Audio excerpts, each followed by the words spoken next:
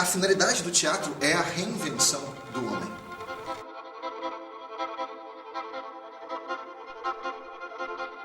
Essa é a essência do teatro.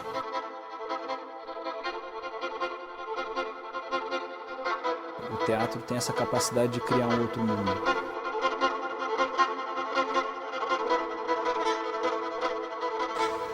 Meu nome é Roberto Alvim, eu sou diretor de teatro, dramaturgo, professor de dramaturgia, de história do teatro e, enfim, já tenho 21 anos profissionalmente como diretor e tenho mais de 20 peças escritas e mais de 80 peças dirigidas e algumas das minhas peças foram feitas também fora do país, em 7 outros países e traduzidas e encenadas por grupos estrangeiros.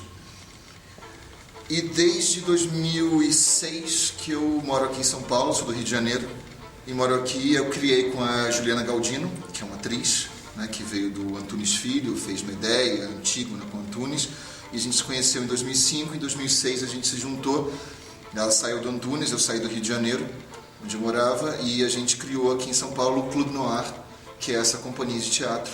Estamos aqui na sede da companhia, e que é uma companhia dedicada a encenar prioritariamente autores contemporâneos brasileiros e internacionais. A gente também monta alguns autores clássicos, mas de um modo geral 80% da nossa produção é de dramaturgia contemporânea brasileira e internacional. Meu nome é Luiz Paitov, eu sou ator, diretor, dramaturgo, iluminador, tradutor, enfim, né? No teatro você acaba fazendo tudo mesmo, porque essa que é a grande fogueira do teatro. Comecei como teatro lá criança ainda, fazendo durante vários anos teatro amador, ainda criança com 10, 11 anos de idade, e apresentando dramaturgia tanto universal quanto brasileira, textos clássicos, indo de Shakespeare até Nelson Rodrigues, e muitos musicais também, musicais mesmo, né? Musicais em língua inglesa. E em seguida eu ingressei na Escola de Arte Dramática, fiz 1 ano, 2 anos, aqui em São Paulo, Escola de Arte Dramática que é da USP. E no 2º ano eu fui convidado para ir para o Centro de Pesquisa Teatral, que é o CPT, aqui no SESC em São Paulo, Centro de Pesquisa Teatral, que foi onde eu de fato fiz a minha formação. Foram 5 anos, 96 até 2001, e onde eu acabei formando e me descobrindo nisso que acabei denominando como uma dramaturgia atoral, né, que é uma espécie de escrita que é concebida principalmente pela sensibilidade do ator, pela percepção, pelo questionamento do ator. Meu nome é Lucas Arantes, eu sou de Ribeirão Preto, sou jornalista por formação, fiz uma universidade por sorte, né, lá, porque minha mãe era assistente social da universidade, eu tinha um curso para ganhar, acabei fazendo jornalismo, porque eu queria alguma coisa que não tivesse muita concorrência, muita disputa. Eu gostava de coisa que acreditava que o jornalismo poderia ser, né, mas não é. Fiz formação em psicanálise e sempre fiz trabalho de atuação no palco com um grupo de Ribeirão que chamava Trupe Acima do Bem e do Mal. E a gente tinha um espaço que era Espaço A Coisa, que era um espaço de experimentação artística, musical, teatral, e onde a gente apresentava diversas peças. E um dia eu percebi que o trabalho de ator, eu já tinha passado por aquilo, não era uma coisa que eu queria continuar. Me interessava muito mais a criação de histórias, por algum motivo. Já escrevia poemas, escrevia contos, mas nunca tinha escrito para teatro. E um dia eu escrevi uma peça que chama Suspensão, que é um nome que depois, com o Roberto Alvim, conversando com ele, ele disse uma vez que suspensão era um termo também de causar isso no espectador, né? Uma técnica, né? E eu vi o quanto daquela fala tinha nessa peça, assim, o que muito me entusiasmou a continuar a pesquisa do teatro, né? E é uma peça que, ao contrário do espetáculo Entre Quatro Paredes do Sartre, que 4 personagens ficam presos, né, dentro de um cubículo, como se isso fosse um inferno. Eles morrem e vão para lá. Tanto que aquela famosa frase, o inferno são os outros, vem daí. A peça, ao contrário, são 3 personagens que ficam livres, porque não tem mais ninguém no mundo, eles podem usufruir e fazer o que quiser, né? As ferramentas estão aí para ser usadas. E eles escolhem por ficarem juntos, porque você precisa do outro para dar sentido à sua existência, né? Então o inferno não são os outros nesse sentido, né? Porque é o outro que empreende significado para a nossa vida, né? Suspensão estreou aqui em Ribeirão Preto e a gente decidiu apresentar aqui no Sátiros 1, aqui a gente está no Sátiros 2. E por acaso um crítico de teatro, que é o Jefferson Del Rios, foi assistir o espetáculo e escreveu uma crítica muito favorável à peça, né? E acho que a partir daí eu continuei escrevendo.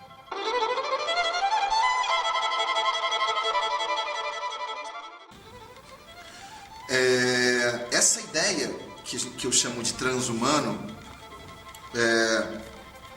dramáticas do transhumano, isto é, a criação de sistemas dramatúrgicos, de sistemas cênicos, sistemas de ação cênica, que problematizem radicalmente a nossa ideia acerca do que seja a humanidade, mas é uma informação nova. Então, assim, quando isso chega, não é uma informação nova só aqui no Brasil, é uma informação nova em qualquer lugar do mundo. A gente lida com uma ideia acerca do que seja a humanidade, que é uma ideia muito estabelecida, muito cerceadora, muito castradora há muito tempo. E então, como a gente vê o homem de uma determinada maneira, a gente reproduz essa imagem acerca do que seja a humanidade em nossas peças. Isso é terrível, porque a finalidade do teatro é a reinvenção do homem. A finalidade do teatro é a reinvenção integral do mundo e da humanidade. E não a reprodução do mundo, a reprodução da humanidade, segundo uma ideia hegemônica acerca do que seja a humanidade. Então, eu acho que vivenciar essas novas criações artísticas autênticas, né? Autêntica de que não é o espetáculo, né, que interessa, né, mas o que é o conteúdo também daquilo, é a gente poder, né, vivenciar, devanear os nossos próprios devaneios e criar outras coisas a partir disso, né? Eu tinha essa indagação, tinha esse questionamento de criar uma obra que não contasse uma história. Isso para sempre. Isso é uma coisa que, tanto quando eu fazia, quando eu escrevi os textos do Prêt-à-Porter, lá em 98, no CPT, no Centro de Pesquisa Teatral, todos os textos que eu escrevia, era sempre um embate muito grande com o Antunes Filho, era sempre uma briga, era sempre uma confusão, um adoidado, porque ele não aceitava o que eu estava querendo criar, porque ele sentia que eu devia retomar aquela coisa de contar uma história, de oferecer mesmo um começo, meio e fim. E, enfim, eu não conseguia trabalhar assim.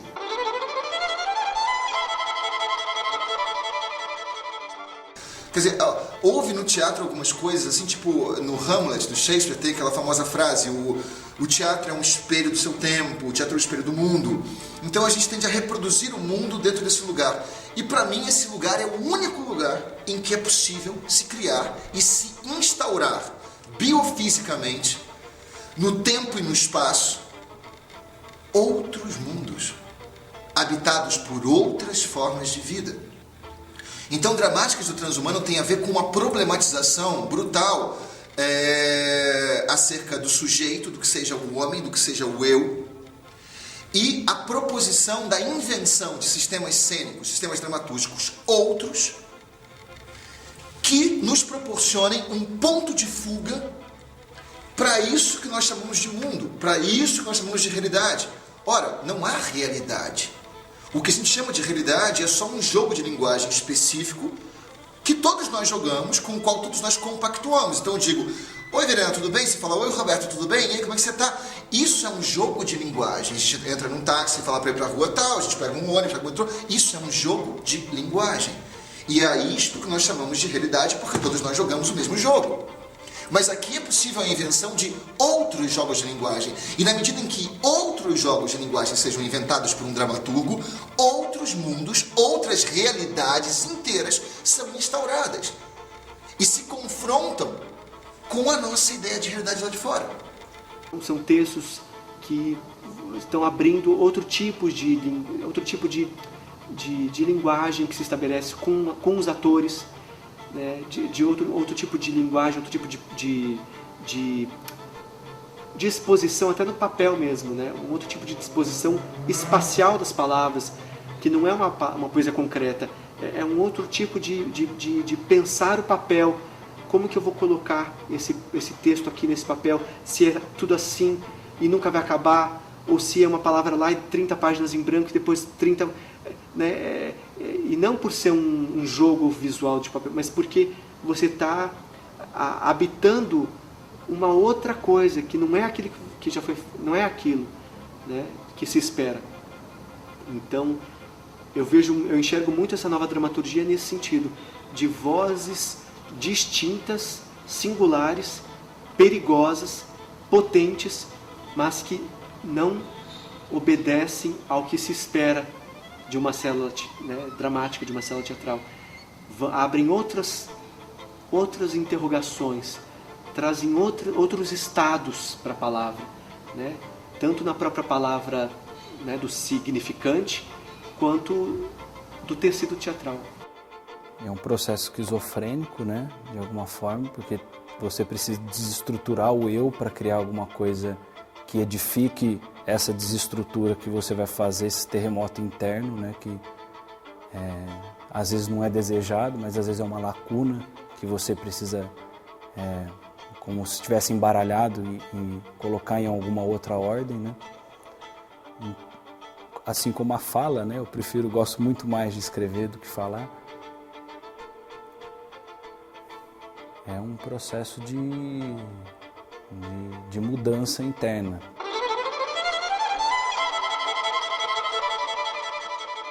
É aquilo que a gente estava colocando. Você não muda o teatro porque você está afim de mudar o teatro, sabe?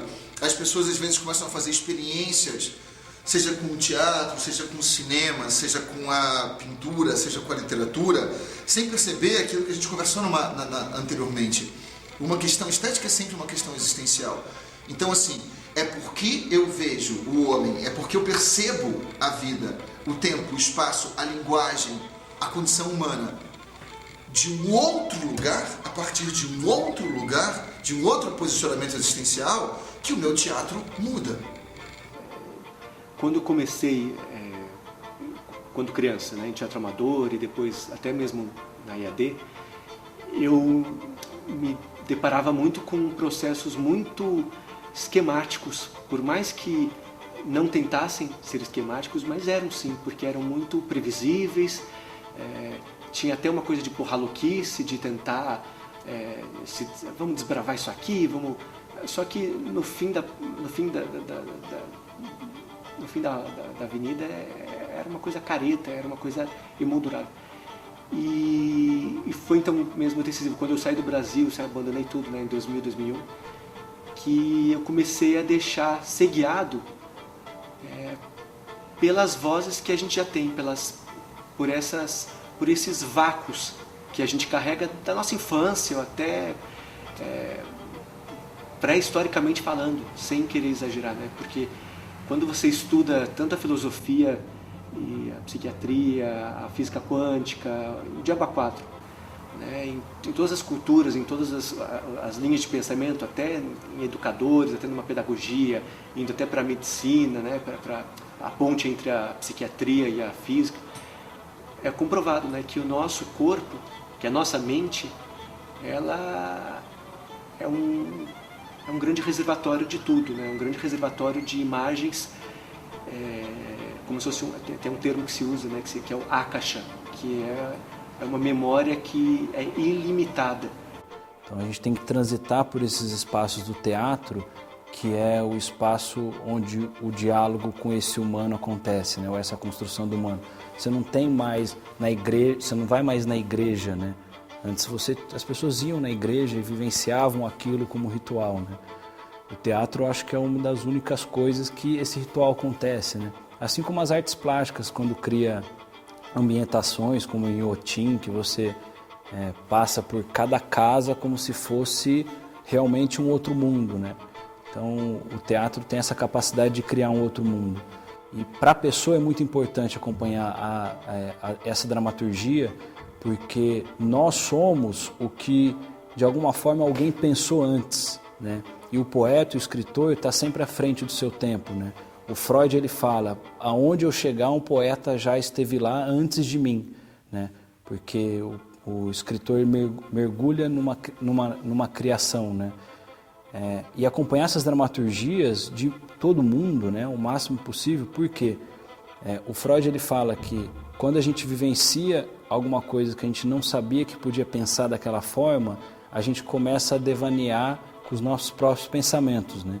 Então, se a gente assiste um espetáculo e aquilo permite que o espectador possa devanear com seus próprios pensamentos, é muito bom. Tanto, sei lá, um espetáculo extremamente abstrato, um outro extremamente realista, né?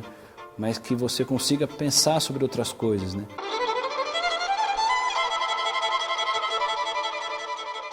Mas o que eu digo é que, se o Shakespeare inventou a ideia de humano, a ideia de homem moderno no Renascimento, e isso durou os últimos 300 anos,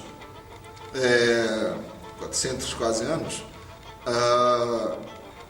que nós agora inventemos outras ideias. O transhumano não é uma coisa. Transhumano é um repúdio a essa ideia de humanidade, a essa ideia acerca do que seja o homem moderno, e a invenção, para a abertura da invenção por cada dramaturgo, de outras possibilidades de nós habitarmos a nossa humanidade. Outras possibilidades de nós exercermos a nossa humanidade.